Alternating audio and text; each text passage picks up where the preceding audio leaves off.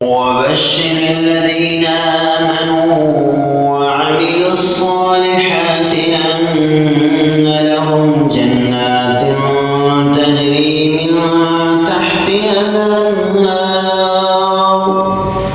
كلما رزقوا منها من ثمرة رزقا قالوا هذا الذي رزقنا من قبل وأتوا به متشابها ولهم فيها أزواج مطهرة وهم فيها खालिदून। और ईमान वालों और नेक आमाल करने वालों को उन जन्नतों की खुशखबरी दो जिनके नीचे नहरें बह रही हैं।